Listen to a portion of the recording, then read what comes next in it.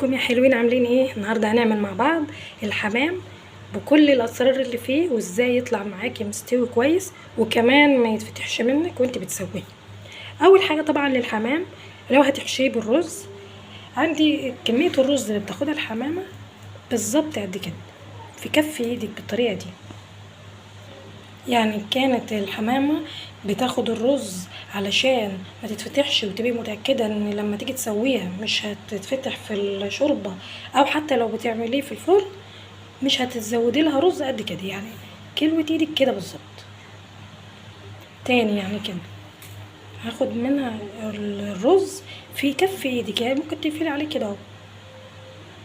ده حشو الحمام. اول جزء في الحمام الحشو بتاعه ما يبقاش كتير، تتاكدي ان الرز مش مليها على الاخر، لان الرز لما يستوي هيخلي الحمامه تفتح منك والرز كله هيقع. تاني جزء، في ناس بتحشي الحمام من هنا، في ناس بتحشيه من هنا. انت بتعملي بالطريقه اللي انت تعرفي تعمليه بيها او الاسهل بالنسبه لك. يعني انا عندي الحمامه هنا ممكن احشيها من هنا عادي، وممكن لا احشيها من هنا، تخلي ما بين الجلد هنا وتحشيها. دي حاجة ترجع لك وترجع لراحتك في الحشو، كله في الاخر هيصب في المنطقة دي. هنجهز الحمام. اول حاجة بتجيبي الحمام بتاعك وبصلاية مفرومة وعصير طماطم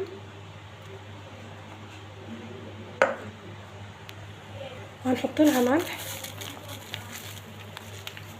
وهقلبهم مع بعض كده، وهحط فيها الحمام وهشيله في التلاجة على ما اخلص بقية الخلطة بتاعته. طب دي هتعمل ايه؟ انت كده بتطعمي الحمام بالخلطة دي قبل ما نبدأ نحشي.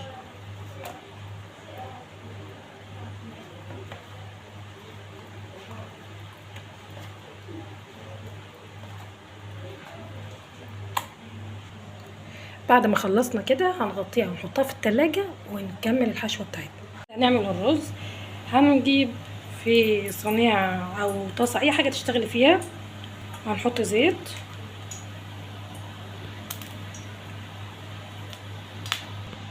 وعلى طول هنحط العوانة، نديها تقليبة بسيطة.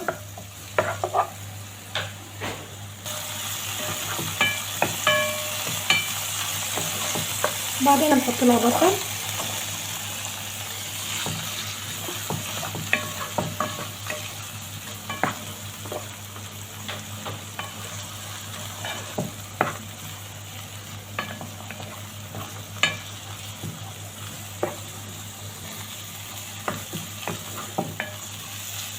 واول ما تبدأ البصلة تدبل شوية هنحط البهارات، عبارة عن كمون وبابريكا وكزبرة وقرفة، نحطهم مع بعض، نقلب كل ده مع بعضه.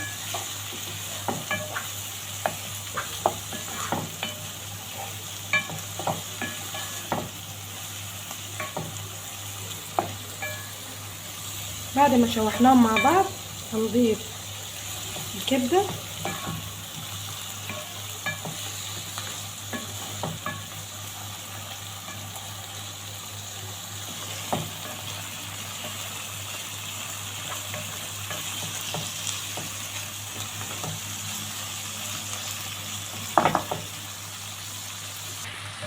بعد ما خدت تشويحة مع بعضها كده هنضيف الرز.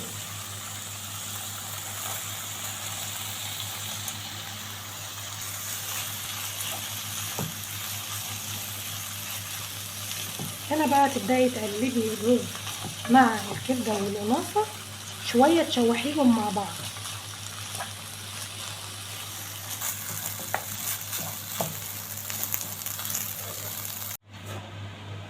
كده بعد ما اديناها تقليبه مع بعض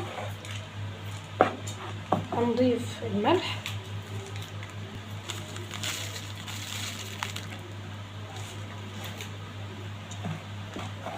نقلبيه،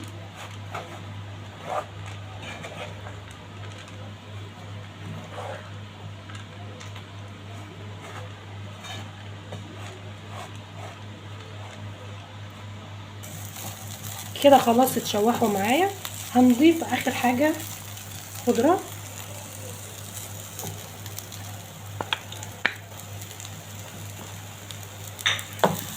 اول ما تضيف الخضره هتقلبيها تقليبه بسيطه كده، وبعدين نشيلها على طول من على البوتاجاز. بس تمام كده. كده هي بقت جاهزه معايا في شكلها. يلا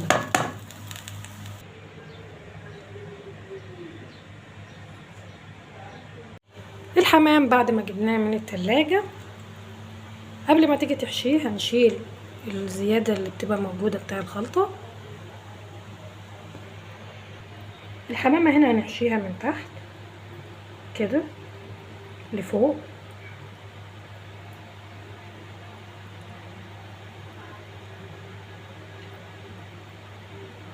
اهم حاجة ما تكتريش علشان ما يتفتحش منه.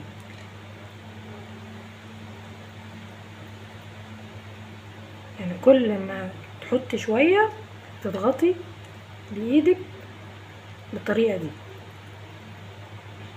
وهنحطه برضو جوه في بطن الحمامة نفسها من جوه بالشكل ده. بس عايزة كده شوية.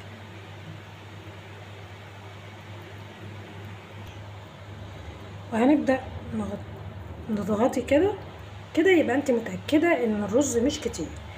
هنبدأ بقى نقفل الحمامة بالشكل ده.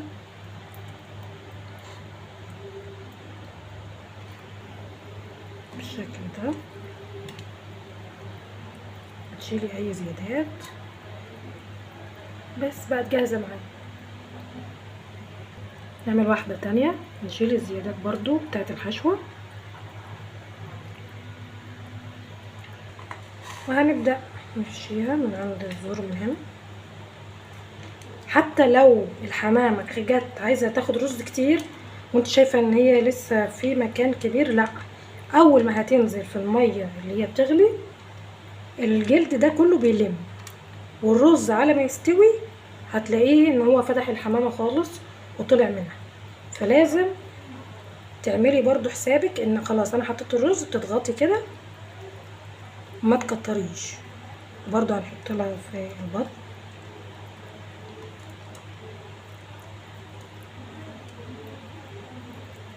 ونقفلها من هنا.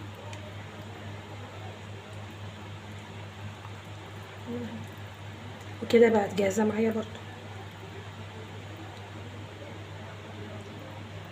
خلصنا حشو الحمام زي ما احنا اتفقنا كده، مش ملياه للاخر، لا، يعني تضغطي عليها كده تحس ان هي متساويه.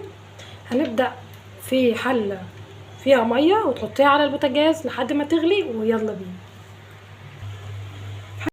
كده الميه بتغلي، هنضيف البصل والجزر ورق الغار او اللورة وحبوب فلفل اسمر على بعضها كده، وهنضيفها في الميه. وهنضيف ملح، وهنضيف كمون. كده عندي الميه غليت. هننزل بقى بالحمام. انت بتنزلي بيه كده الحمامه كده، تضيفيه كده.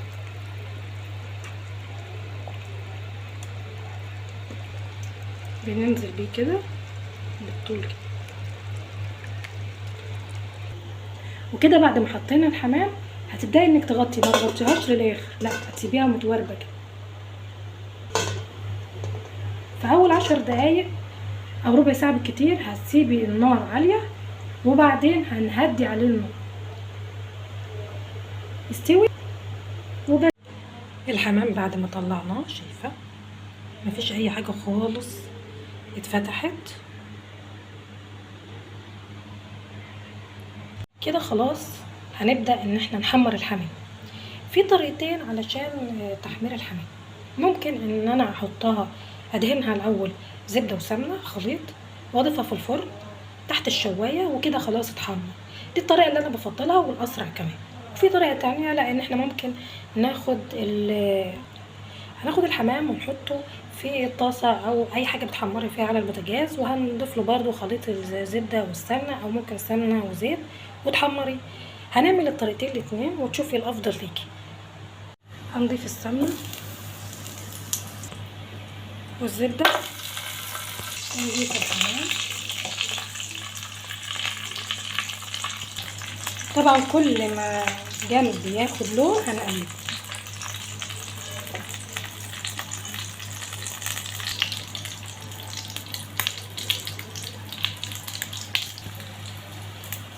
كل جنب شويه.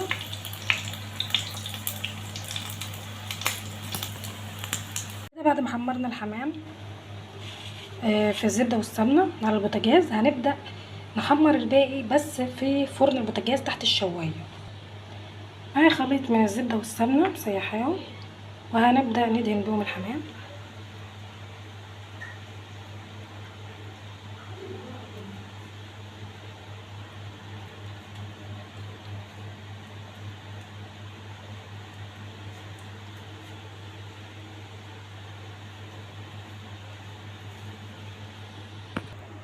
هندهنها من كل الجوانب، يعني هنعملها من هنا برضو.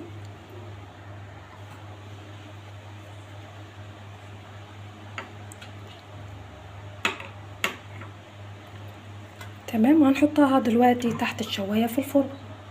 وكده الحمام بعد ما طلعناه من تحت الشوايه في الفرن، شايفه اللون عامل ازاي؟ بجد حلو قوي. اما الحمام اللي احنا عملناه في السمنه والزبده، هو حلو برضو بس درجات اللون بتاعته مختلفه، يعني في اغمق في افتح. فالافضل انك تعمليه بالشكل ده، والاسهل كمان. وبالهنا والشفا.